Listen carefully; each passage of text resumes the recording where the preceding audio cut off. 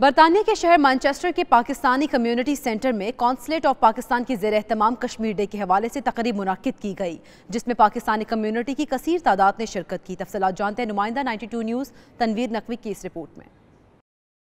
Manchester में मुनक्किदा Kashmir day की तकरीब से खिताब करते हुए consul general of Pakistan Aamir Aftab Qureshi ने पूरी दुनिया की तवज्जो भारतीय मज़ालिम की तरफ मबजूल करवाई और बताया कि किस तरह भारत रहते कश्मीरियों पर जुल्म के पहाड़ तोड़ रहा है। इस मौके पर deputy mayor Manchester Abid Chauhan, member British parliament Afzal Khan और दीगर ने खिताब में कहा कि भारतीय मज़ालिम और मकबूजा वादी कश्मीर में इंसानी हकूक़ की खिलाफ वर्जियों पर भारत का मकरूह चेहरा दुनिया को दिखाने की ज़रूरत है। उन्होंने मुतालबा किया कि आलमी अमन के दावेदार मजलूम कश्मीरियों पर ढाए जाने वाले मज़ालिम का न सिर्फ नोटिस लें बल्कि कश्मीरियों को अक़वाम मुत्तहिदा की करारदादों के मुताबिक हक़ खुद इरादत भी दिया जाए।